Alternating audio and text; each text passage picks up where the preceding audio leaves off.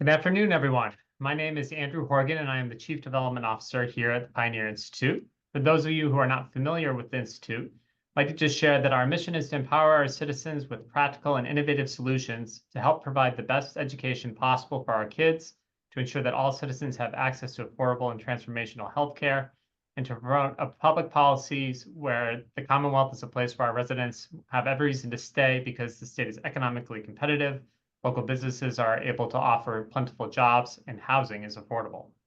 Today, I am thrilled to welcome you all to our live recording of Pioneer Institute's Hubwonk podcast. We are so pleased to have Pioneer's Senior Media Fellow, Joe Selvaggi, here in Pioneer's office for a conversation with Andrew Mikula, Pioneer's Senior Housing Fellow, for a discussion about the housing crisis here in Boston. As we look for more ways and opportunities to engage our audience, we hope to host more of these in the future. So if you enjoyed the experience today, please reach out and let us know. With that, I'll be happy to turn it over to our hosts today. And Joe, thanks for spending your time. And Andrew, look forward to the conversation. Thank you, Andrew. All right, this is Hubwonk. I'm Joe Selvaggi. I'm pleased to welcome a live virtual audience to this first time version of Hubwonk recorded live with a live audience. I hope you will stay around till the end, so we will be asking some questions from the audience, so let's dive in. Today we're going to be talking about the Greater Boston housing market. The housing market in Greater Boston has become a battleground of skyrocketing prices and dwindling availability. In November 2023, the median down payment for a home reached an astounding $105,300, surpassing the region's median household income. Rents aren't any better. As of June 2023, the average monthly rent in Boston topped $3,000, and Massachusetts has been named the most expensive state to rent a one-bedroom apartment with a median price of $2,500. But it's not just about affordability. The number of active home listings has plummeted by 55% over the past 5 years, making homes increasingly scarce. The impacts are widespread. Young adults are stuck renting or living with relatives. Retirees can't afford to downsize. Homelessness is on the rise, and many families are struggling to keep up with housing costs. The crisis is driving young professionals out of the area and deterring talented newcomers from moving in. Is this affordability challenge merely an unfortunate result of our thriving economy and local quality of life? Or is it a man-made problem, one created by historical bad choices, which can be tackled with useful policy interventions? My guest today is Pioneer Institute's Housing Fellow, Andrew Mikula, who will discuss the findings of his recent paper, Supply Stagnation, the Root Cause of Greater Boston's Housing Crisis and How to Fix It. In our conversation, we'll explore the foundations of this crisis, tracing it back to a long-term trend of underbuilding and the resulting intense competition for available housing. We'll break down the demographic data, examining the causes of the decline in housing production, from soaring construction costs and interest rates to regulatory hurdles, and analyze why many proposed solutions have failed to address the core supply-demand imbalance. So without further ado, I want to welcome my guest back to Hubwonk, Andrew Mikula. Welcome to Hubwonk, Andrew. Thanks so much for having me back, Joe. All right, well, you've been on the podcast before, and you and I have talked at great length about the high cost of housing, and we've talked about local zoning as one of the major problems. I want to address all the issues that you cover in your paper, but what I always like to ask my guests before we dive into the facts, the data, is for our listeners thinking about high cost of housing, why should our listeners care that it costs so much to live in the Greater Boston area? Right. Well, housing is one of the biggest, often the biggest household budget item for most families at a time when cost of living has really had a detrimental impact on the economy. Where you can afford to rent or buy a home affects everything from where you send your kids to school to the kinds of job opportunities you have, a whole host of kind of health and social related outcomes. So it should really be concerning for pretty much everybody that housing is not as kind of widely or broadly attainable for most households as it used to be. In the 1970s, the ratio of the median household, the housing price to household income was about 3. Today, it's more than 6. So that's, I'm sure our listeners are aware, things have changed, but this didn't really sneak up on us. When do you see, you mentioned 1970, those, sort of essentially the ratio of prices to income has doubled. When did this begin? And, how long has this sort of been creeping up on us? Right. It is a long and insidious process. I think the 1970s, a lot of housing researchers will point to that, especially for Greater Boston, because you saw this kind of a perfect storm of kind of new regulatory constraints and a shifting attitude on what property rights meant in a lot of communities. People wanted say in not just what to do with their own property, but how homes were developed around. So, of course, we're going to talk about basic economics. I think all our listeners get a treat from Hubwonk, a little lesson in economics in each episode. So we're going to be talking about supply and demand for housing.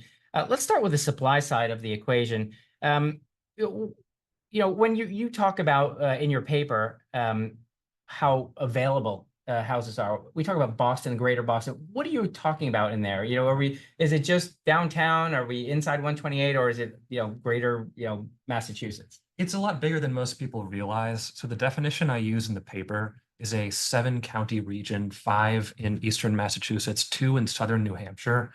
Sometimes I only use the 5 counties in Massachusetts due to data constraints, but basically it's everything in the kind of I-495 corridor, plus, Fort Smith and some towns around it in New Hampshire that are within commuting distance of Boston. So we're also, again, when we talk about supply, how do we measure supply? How many people or how many units do we have? And how do we measure changes in that supply? I've often heard the term thrown around housing permits, but not so much housing actual construction. I'm always interested in saying, well, it's one thing to permit a house, another entirely, or a condo or a building in general. It's another thing to actually build it. How do we measure supply and the change in supply? That's right. So we do have a pretty historically high gap between the number of homes that have been permitted and the number of homes that are kind of starting construction. And a big reason for that is cost. I'm sure we'll get into that later. But when it comes to using data that's kind of up to date, cities and towns will often report kind of building permit data to the federal government or the Census Bureau, but it's getting data on actual completed units. You really only get that sort of picture with either kind of surveys the census conducts that's not kind of directly reported from cities or towns, or the decennial census. So it is a little trickier. I use building permit data as a proxy for that reason. Sure. Okay, fair enough. It's a hard thing to measure. One hopes towns don't game the system by reporting permits and not actual building, but we'll talk about that. Let's move to the demand side. We have an incumbent population. We have people who are living in homes, enjoying their homes, and we're going to measure demand in the sense the people who want homes that can't find homes. What's the estimate for the demand? Effectively, people aren't here yet. So how do we measure an unmet demand when we're talking about housing? Yeah, that's really tricky. So for context, the last few years, this 7-county region I mentioned has added about 14,000 or had the building permits to allow 14,000 or so on average housing units per year. That's taken a dip a bit in 2023, largely because of, again, the high construction costs, interest rates, et cetera. But at one point, so this was before the pandemic, the UMass Donahue Institute out in Western Mass projected or estimated that Greater Boston needed to create about 20,000 new units of housing per year to keep up with demand. But that was based on a kind of projection of the number of households in the region that we had in 2025. So they were kind of drawing this out to 2025. And we had already surpassed that household kind of number by 2020. So it's kind of, it's hard to pin down that number, but I'd say that 20,000 is really a kind of base or interim goal. So we're using basic economic principles. We talked about supply and we talked about demand. The demand is so far outstripped the supply. Yes. In that situation, again, basic economics, when we have such an imbalance between the demand for housing and the supply for housing, how is that manifest in the reflected in the data? How does undersupply of housing and an oversupply perhaps of demand, I guess you can't really say it's oversupply of demand, but how does that imbalance make itself evident in the data? I think the first thing that shows up, Joe, is lower vacancy rates. So economists consider, a healthy vacancy rate, the kind of ratio between housing units that are not occupied to the total number of housing units to be about 5 to 8% in the rental market and 1 to 2% in the kind of for sale market. That's to facilitate turnover in housing over time. People who are looking for new housing want to have options available. But eventually, if there's a supply demand imbalance that continues for a long time, you're going to see, because of the low vacancy rates and the low availability, landlords will have and sellers will have more leverage to increase prices. And eventually, people who can't find what they're looking for over a given period of time will either not come here in the first place or leave if they can. Indeed, indeed, we see that outflow, unfortunately.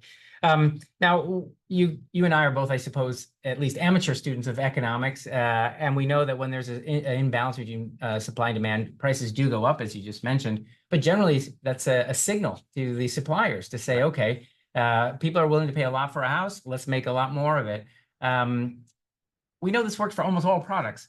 Why is it, this is perhaps the crux of our issue today, why is it that the demand hasn't driven a greater supply of new homes? Yeah, now we're getting to the meat of the issue, something I spend most of the paper talking about. So over the last 5 years, that's for a wide variety of issues, wide variety of reasons. Home builders are facing construction cost increases over the last year, or last 5 years or so, about 40%. We have interest rates that are much higher than it makes it feasible to build a lot of or finance a lot of new homes. And we've also had more long-standing issues like a construction labor shortage, which is particularly bad in the last few years because of factors like a dip in immigration during the pandemic and the great kind of resignation of the last couple of years or the first couple of years of the pandemic. We also have kind of longer standing issues that are, I'd say, particularly bad in Greater Boston, like the regulatory constraints around where and what typology of housing you can build. And also local political opposition is always a huge issue. People show up and to protest against new development in their neighborhoods, and oftentimes local government bodies will take a long time to approve projects or downsize them before they're approved or what have you. So you and I have talked about the problems with the constraints on zoning and new building in these towns. So again, we're constrained here in Boston. We've got an ocean on one side. We've got an old city and limited places to build. But people want to, or they're attracted to the economy here in Boston, all the eds, the meds, or the biotech. People want to be close to where they work. What has been done, let's say, in our region to help encourage towns that perhaps are commutable, that have space, that could be building? What's out there that might be working, encouraging this kind of development, and what's not working? What's dead in the water? Yeah. So I think one thing you're getting at, and we have seen some recent policy at the state level to encourage transit-oriented development. People facilitate easier commutes for people. The MBTA Communities Act, in particular, is a piece of legislation that's aimed to facilitate some of that. And there are a lot of reasons why we would want to concentrate new housing around train and bus stations. It's better for the environment. It uses existing public infrastructure more efficiently. And it also does improve access to jobs for people. But it's not the be all end all of transit-oriented development in the region. And it's gotten a lot of attention in part because of its kind of top-down nature. I personally like to see the state provide more incentives for kind of infill housing development in existing areas that aren't quite as heavy-handed, don't rely on the judicial system to enforce them. All right, so we're talking about, I think the acronym for this is NIMBYism, right? Not in my backyard. Many towns don't want this development, and they perceive any sort of imposition from outside as top down. What then would you imagine would be more an organic way for bottom up? What can we encourage towns that could perhaps have more infill, more production, more homes per mile or square foot than they do now? How can we sort of, I don't know, discourage or encourage NIMBYism? Yes, in my backyard. Right. That's something I'm certainly still wrestling with. I think that in the paper I mentioned the potential for political capacity building among people who do tend to be more pro-development or pro-housing. Renters, young people, some faith-based communities have been involved in that in Greater Boston. But I also think it's important to kind of start in places where it's and places and typologies where it's going to be more palatable for people. You know, I've seen a lot of communities legalize accessory dwelling units, which are often kind of small rental units that are, you know, harder to discern from the outside, whether they're in, you know, a garage or an attic or a backyard cottage. And I also think that it's kind of low-hanging fruit in some places to put more units in kind of commercial areas that are kind of apart from existing residential neighborhoods. But it's also about education, right? Because, for example, people believe that a new multifamily housing development in their neighborhood is going to reduce their property values. And a lot of the academic research I've seen, at least, doesn't really bear that out, right? It's very minimal effect, in some cases even a positive effect. And most of the time, it's just not measurable when you're talking about a single you know, project in a housing market that's, you know, 2 million units. Sure. Again, I think the assumption is any change has to be bad change, right? That it may be the case in your research. Some of your research, some of the footnotes in your research reference studies that say some of this new development in, let's say, otherwise more rural towns actually may improve housing costs rather than dilute housing prices, right? They can actually be beneficial to the town that invites them. Your paper also cites some of the challenges particular to Boston that talk about the high cost of building, the materials. We know any of us who've hired a plumber or a carpenter to help improve our home knows they command quite a wage. Materials cost a lot here. How does a builder deal with these kinds of challenges to just merely the cost of building a home? Yeah, so I think it's very hard to make those kinds of reforms that reduce costs, especially from a building materials or a interest rate standpoint at the local and regional level. You know, as long as interest rates are controlled by the Federal Reserve and, you know, some of the kind of policies that might bring building materials down, especially when they're dependent on kind of imported goods, might be, you know, federal trade policy. But at the local level, I think cities and towns have a lot of power over the process for approving new development.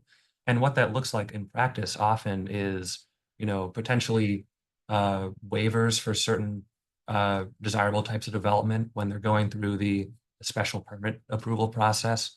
A lot of projects that aren't, you know, single family homes in the suburbs will require what's called a special permit, where, you know, you have to, the applicant, the developer or investor will have to go before a board or committee, the town level, and they can, again, kind of drag out the process, nitpick a lot of design details and whatnot.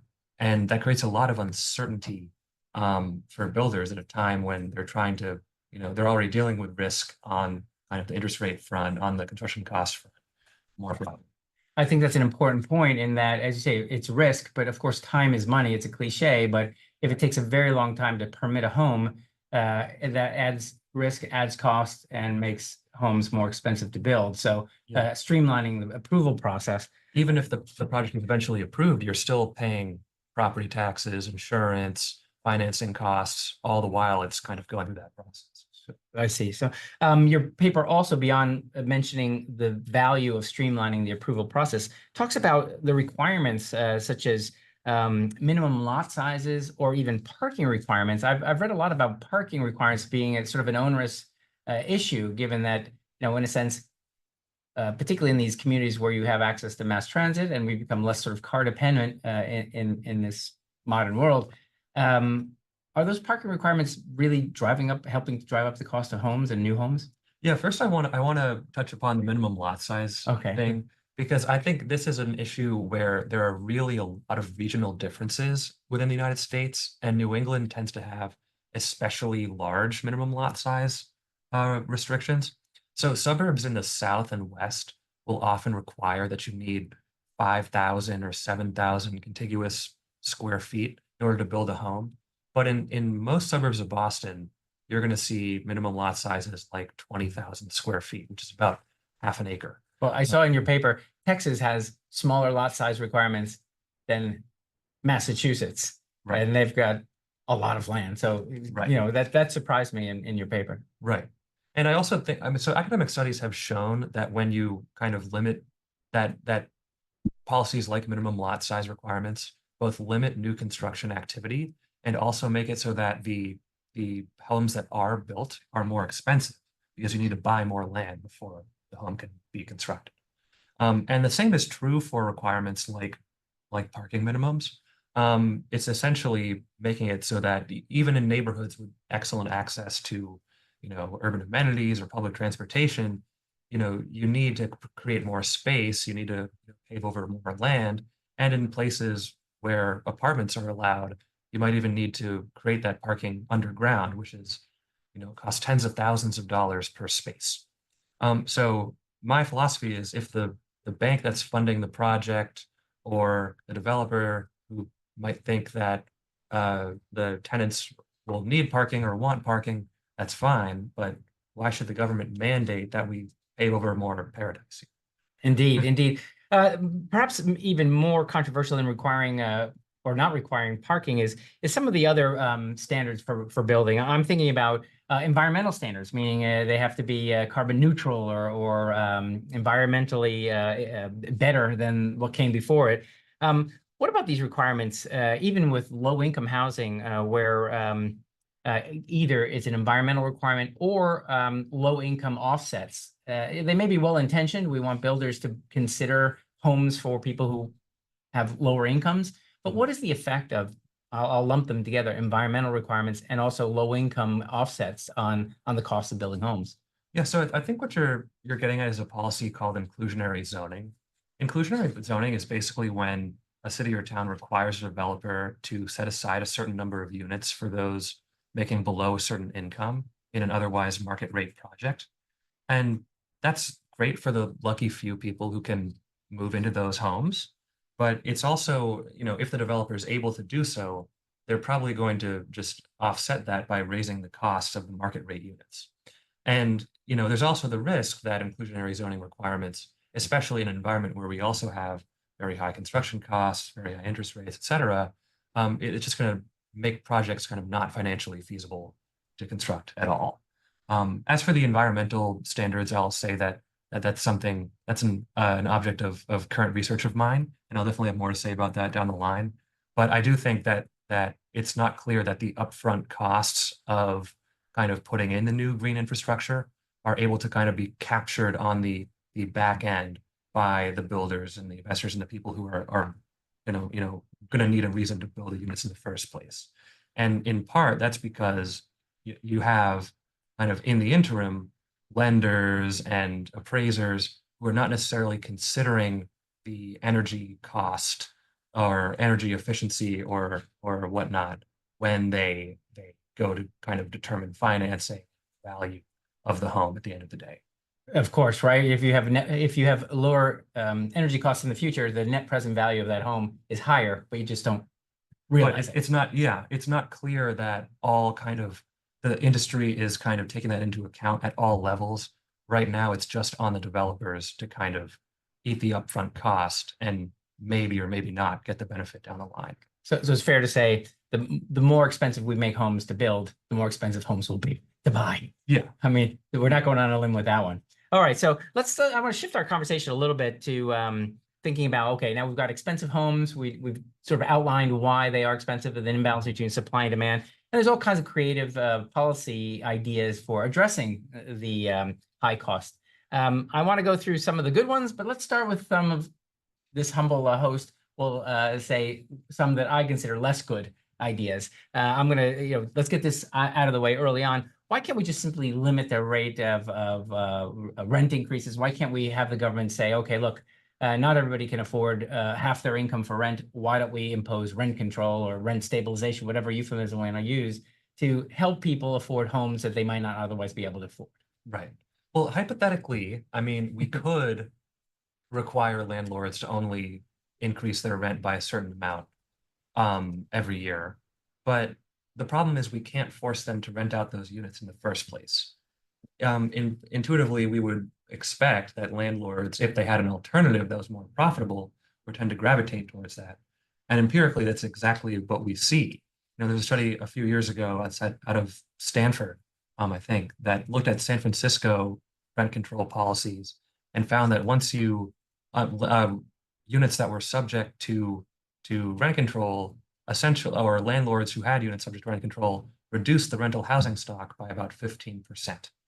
And so in the long term, that means, well, maybe if you're a tenant who was already there when rent control was passed, you might benefit. But if you're trying to either move to a new unit or move to the city for the first time, you're going to be dealing with the consequences of that lower availability, which, as we know, tends to raise prices over time, Right. or at least market-based prices. All right. So rent control has the effect of reducing supply, which we've already established. Lower supply means higher prices. So it has the exact opposite effect of what its intent. Right. And some researchers have even said, it's a way of kind of almost turbocharging gentrification because the people who can now afford to move into the city, are dealing with those higher prices. Indeed, indeed. What about ideas like low-income housing tax credits? Are these good ideas, or are they effective in your research in helping reduce the cost of housing? So I'd say they're effective in the sense that they do create a lot of units, at least how they're currently constituted. But I'm not sure they're the most efficient way of providing more attainable housing for low-income people. And so to back up, low-income housing tax credits, this program is an IRS, initiative. It's in the tax code. And basically it's administered by states. It allows state housing finance agencies to essentially reduce the federal tax obligations of people who create low-income housing. And so what will happen in practice is developers or investors, or well, whoever is creating the housing will sell the credits to investors in order to fund the upfront costs of the development.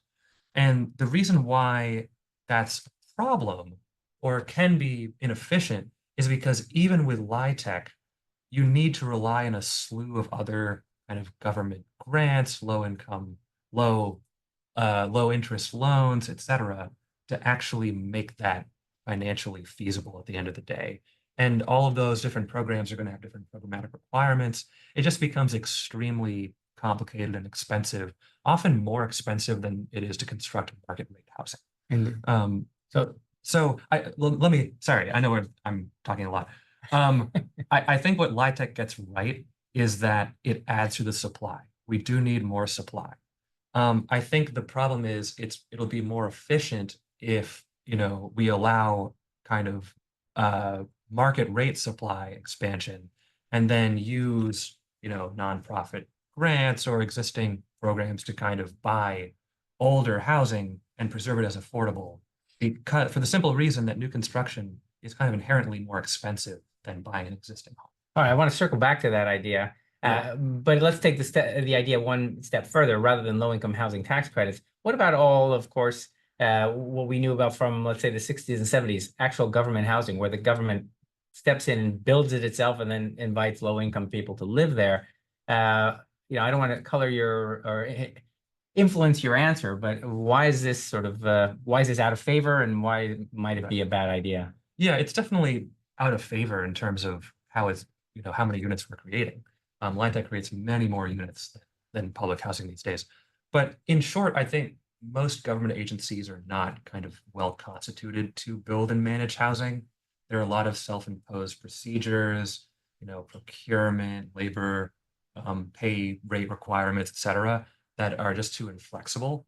But even in Europe, the actual kind of construction work of building these units is usually contracted out to the private sector. And in the United States, public housing is managed by thousands of different, like often very small local housing authorities. And they just, they don't have the resources or the ability to kind of scale up their operations in any effective way. But the big reason I actually give in the paper, I haven't mentioned yet, why public housing is out of favor is because it's just not as efficient kind of dollar for dollar in providing benefit to low income people relative to more demand side solutions. Okay. All right. Well, Let me, I want to slip in here, and I don't know where a natural place to slip this question in is. Recently, and I mean very recently, there seems to be a new boogeyman out there that says the reason rent's so high is all our rental units here and across the country are being scooped up by corporate investors. They're not mom and pops. They're these massive conglomerates of corporate investors who go in, jack up the rents, and collect the money. Is there any merit to this sort of phenomena, and indeed, not whether it's happening, but does it really seem to have an influence on rents and rent rates? Right. I mean, I don't have any hard data on that. I'd say that it's reasonable to expect that, corporate landlords and institutional investors are probably disproportionately going to rely on algorithmic or otherwise impersonal methods to maximize their profits. But I also think that the idea that this is, we're solving the problem by, banning them or limiting the scope of how many homes they can buy at a time is just kind of out of whack with what the problem actually is, right? So it's more of a symptom of the problem than anything else, because we know that institutional investors are buying homes by the hundreds because they're targeting areas that already are seeing high rent growth, already have a lot of constraints to adding supply, already have job growth, already have a market that's out of whack. And so the solution to that is, I mean, we might have other reasons why we don't like, corporations taking advantage of the problem, but solving the problem needs more proactive solutions than just banning certain buyers. Indeed, and of course, as you say, it doesn't necessarily increase the supply. So let's shift to more positive conversation about not rather than what doesn't work, what does work. Your paper makes clear that there's no silver bullet. This is not a simple problem, and as such, will not have simple solutions. What are we doing right now, let's say in the greater Boston area? Some of the things that might actually work that are being tried in reality, and not in some academic paper or in a classroom. What's actually working in Boston that seems to either affect the cost of housing, the supply of housing, this kind of thing? Yeah, so we are seeing a few more communities kind of take on process-based reforms. I think the city of Boston is in the beginning stages of that. They've talked a lot about reforming the Article 80 process, which is the planning and development agency's kind of major process for essentially facilitating larger housing development or wide variety of types of development.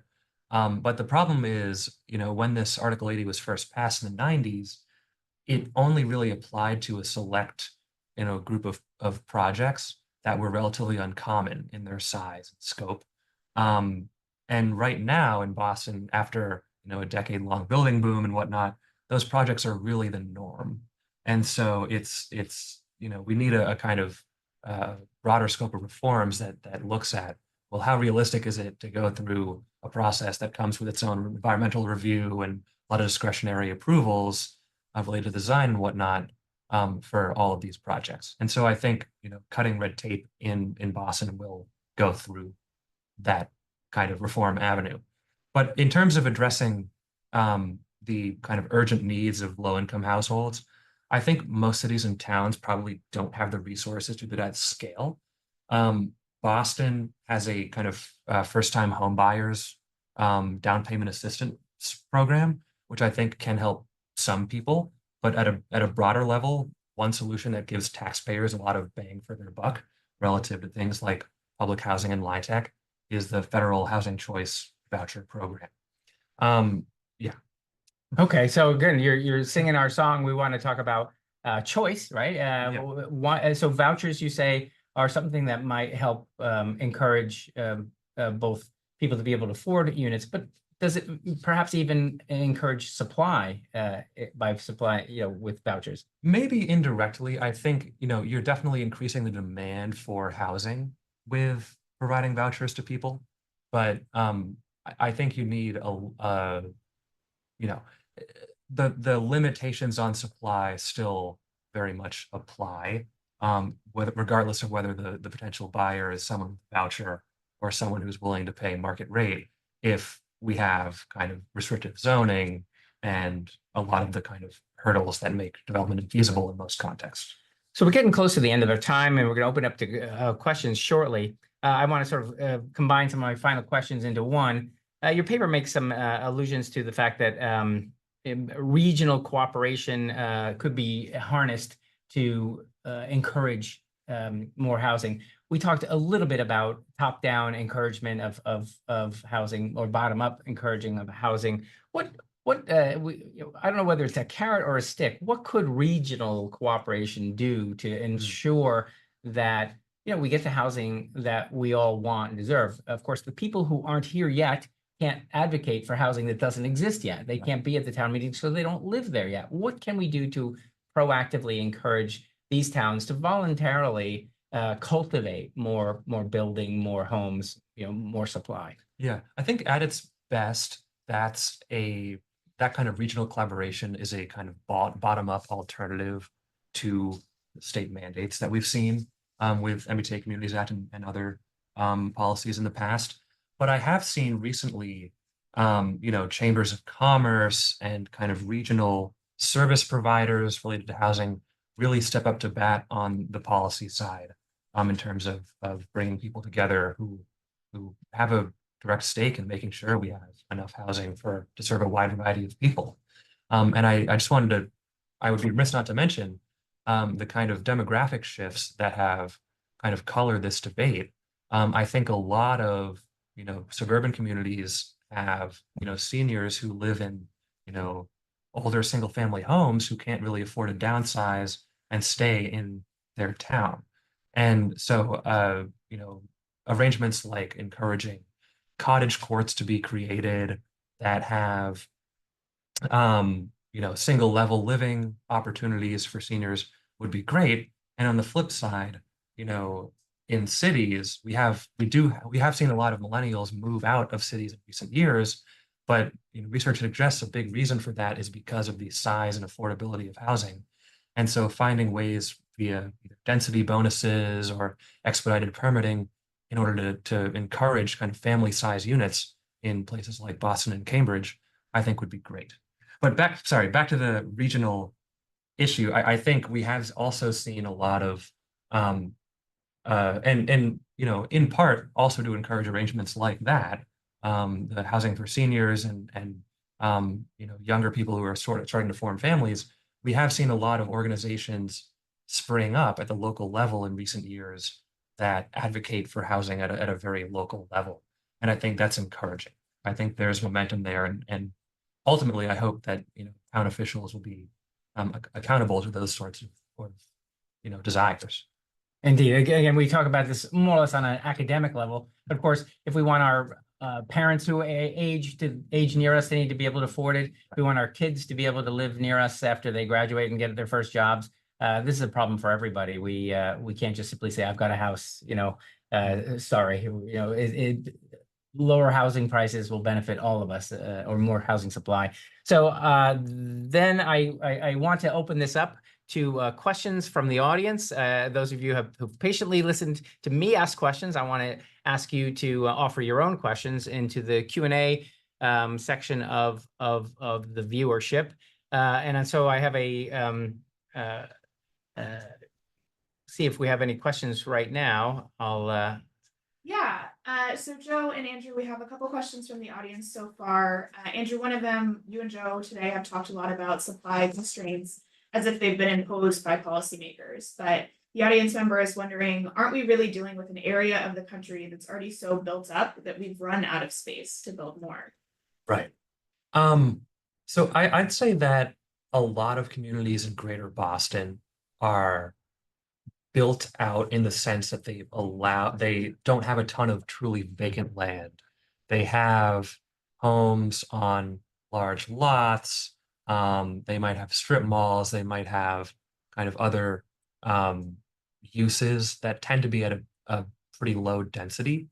But I think a big part of solving our regional housing problem is going to involve using some of that land more efficiently, redeveloping properties in existing neighborhoods to allow homes to be added. And I think we're already seeing that in a lot of places, including, neighborhoods in Boston like Allston, Brighton, and also in some suburbs that have either used town-owned land or kind of facilitated projects that might have been, non-starters a few years ago. And to follow up on that, another question from the audience. This member says that they see hundreds, if not thousands, of new housing units going up in Allston and Watertown. Why are they being permitted new housing, and can that same logic be used in other areas? Why are they being permitted? Said. Why are they So permitting? yeah, I mean, I think that I'm not totally familiar with the politics of Watertown or what have you. I think that there was a regional shopping mall or older kind of distressed property in Watertown, Arsenal Yards. That is the kind of main location of a lot of that redevelopment. I also think that it tends to be more politically feasible to have new housing units go up in kind of commercial areas.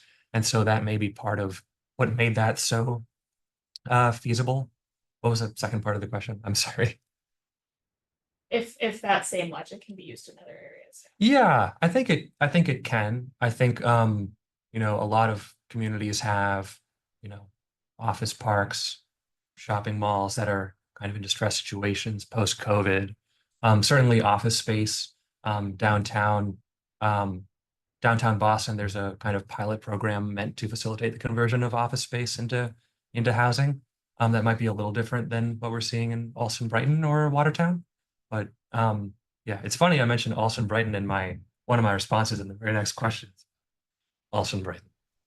A question about transportation. Wouldn't improving and expanding public transportation relieve the pressure on our longstanding housing shortage here in the city? Yeah, I think that's certainly a factor to be considered. I would say that in addition to just expanding the infrastructure, you also might need to consider how to better utilize existing infrastructure. So for example, there is a part of the housing bond bill that's on kind of the docket right now in the state legislature, is one of the pieces of it is trying to get money to the MWRA, the Water Resources Authority, to basically expand its service area to new areas that in order to open it up for development. And I think that it would be more appropriate, a better use of taxpayer dollars, really, to encourage development that also ties into the existing kind of network. I think that if you're talking about kind of back to transportation, extending, rail lines, for example, South Coast Rail to Fall River and New Bedford, that might enable people to work in Boston who might not have been able to get there before and therefore live in Bedford or Fall River. But the kind of longstanding broader issue is, where is new housing going to go? Kind of a related question about the MBTA Communities Act. It says the state is allowing MBTA Community Act compliant zoning to include inclusionary zoning. Arlington was recently approved for 15%. Cambridge is applying for a waiver at 20%. Andrew, can you talk about whether or not you think that's a good idea? Yeah, it might be necessary politically in a lot of those communities. I think that the original intention behind the MBTA Communities Act, in terms of how it dealt with inclusionary zoning, was, an expansion of supply is going to help moderate prices among, the existing housing stock more broadly, and that's a more kind of scalable way of leading to better affordability than kind of requiring affordability in new construction that's kind of inherently expensive. But I've also definitely heard resistance to the MBTA Communities Act on the grounds that it's not doing enough to create kind of new affordable housing. And I'd imagine that's especially true in communities like Arlington and Cambridge. And so it's a kind of a political balancing act. Along that same vein, Andrew, you've mentioned housing vouchers as a possible solution, but then condemn the use of rent control. It seems to this audience member that those sound like the same thing. Why would using tax dollars help pay to help pay rent be better than insisting that landlords keep their rents at a reasonable level? I think the answer to that's a great question. But I think the answer to that it's dependent on like the behavioral responses that those policies create. So, like I mentioned, rent control is going to tend to decrease the stock of rental housing over time, which will, make it harder for, people to find available stock on the market.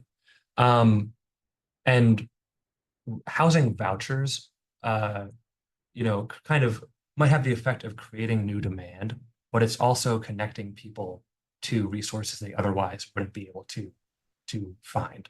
And deeper level to that is the way that these policies are targeted is very different. So rent control, is like you could be making six figures and still live in a rent controlled apartment.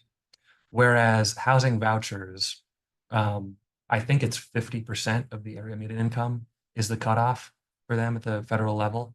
So that's, in Greater Boston, no more than $50,000 for a family of three.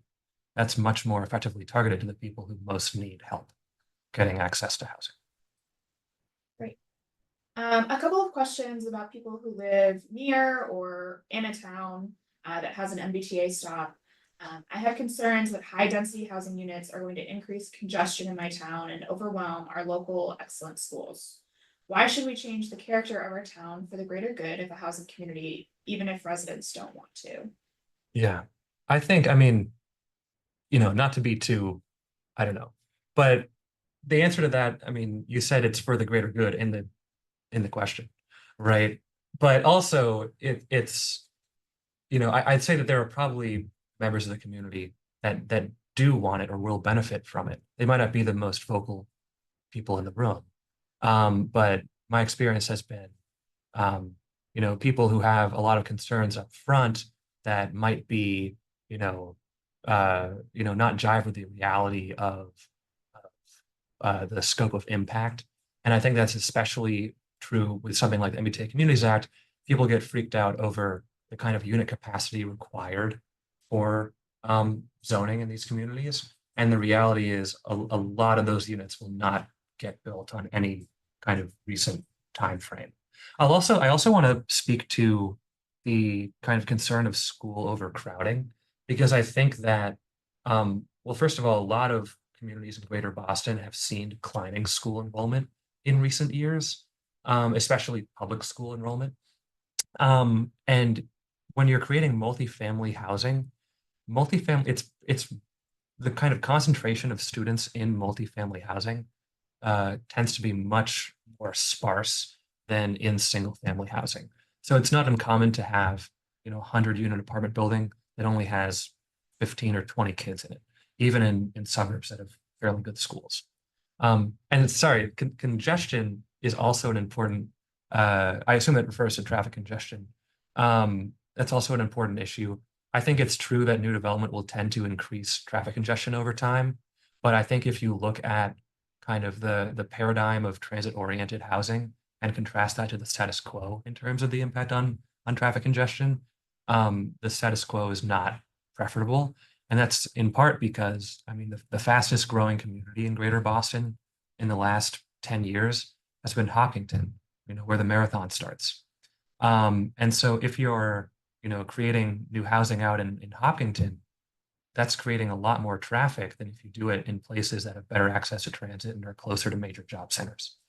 Okay, that was a lot. We'll take about two more questions for you, Andrew. One question we have is about, how many housing units do you think need to be built in Massachusetts to really see that decline in rents, like we've seen in places like Austin and other places in Texas? That's a great question. So I think it's very hard to predict that in advance, because part of the reason the Austin situation, and I think housing prices have declined by 15 or 20% in that city in the last couple of years. I think part of the reason for that is, the prices were kind of already, over what they should have been in the first place.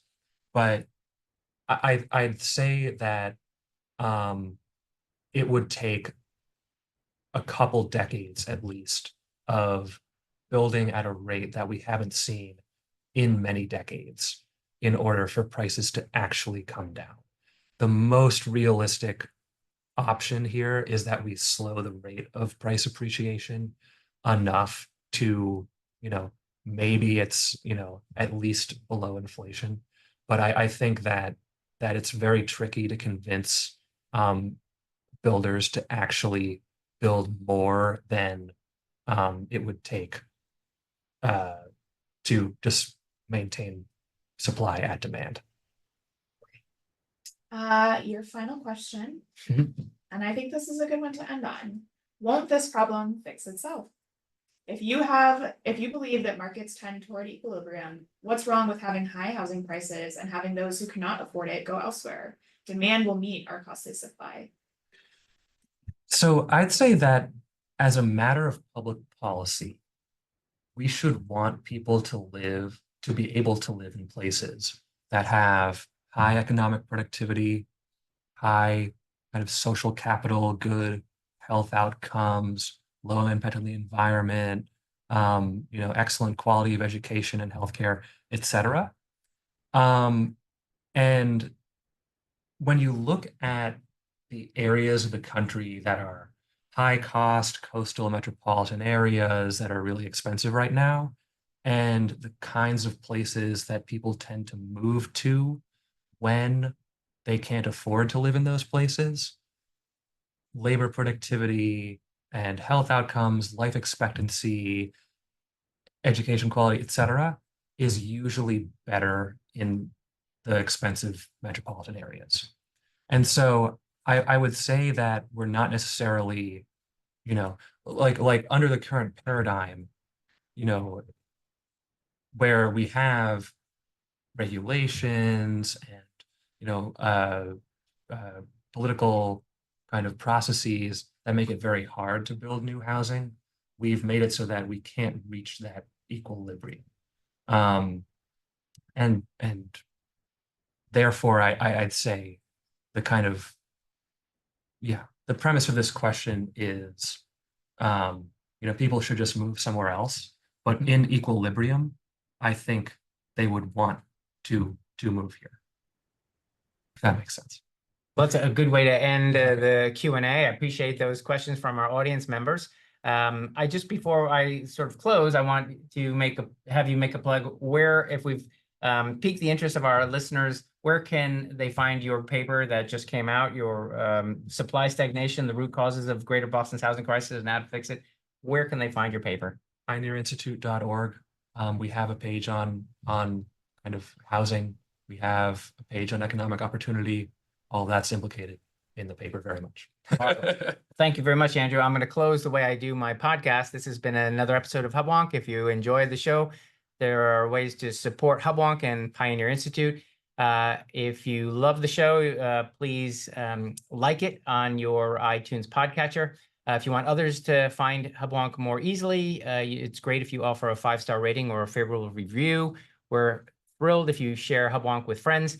As always, if you have questions or comments or suggestions for me about topics for future Hubwonk episodes, please email me at hubwonk@pioneerinstitute.org.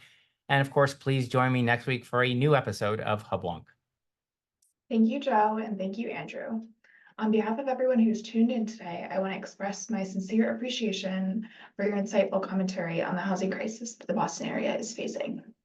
For those of you who are watching and are interested in continuing this conversation, Andrew will be releasing a series of research papers over the next few months that highlight economic growth and the need for increased flexibility and innovation in the housing market. In these papers, he'll focus on zoning reform, local regulations, market-based solutions, and more. And for those of you who are interested, we do have a number of upcoming events that the Institute is pleased to host, including a briefing with our senior fellow, Eileen McEnany, that'll be available on July 18th here at our Pioneer office and available on Zoom, as well as a briefing with President of our Pioneer Public Interest Law Center, Frank Bailey, on July 23rd. That will also be available at the Pioneer office and via Zoom. For more information about any of our upcoming events or upcoming work, please contact me at cmarple@pioneerinstitute.org, and thank you for watching.